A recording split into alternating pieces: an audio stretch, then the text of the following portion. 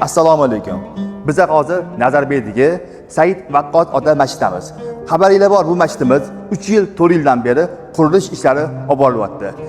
Bu masjidimiz tezroq qurilishiga sizlar ham o'z hissalaringizni qo'shinglar degan umiddamiz. Payg'ambarimiz sollallohu alayhi va sallam aytganlar: kimdaki masjid uchun bir dona g'isht qo'ysa, unga jannat bog'laridan bir bog' deb eshitganmiz. Obunachilarimiz, jannatdek uylarni qurishga vaqt kelmadimikan?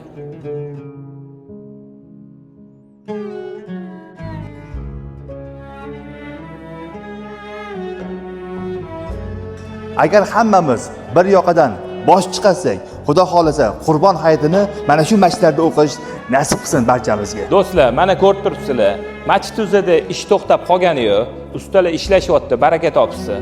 Masjid uzi juda katta. Mablag' taraflama ozgina yordaminglar kerak bo'lyapti. Hozir sizlarga qoldiradigan karta nomerlarim faqat masjidni o'zini karta nomerlari, faqat ehtiyot bo'lasizlar. Hozir bilasizlar, mashinalar ko'p. Masjidni qo'yib turib o'zini kartasini qo'yishyapti. Bu kartalarga bemalol aloqaga chiqib, bemalol tekshirsanglar bo'ladi.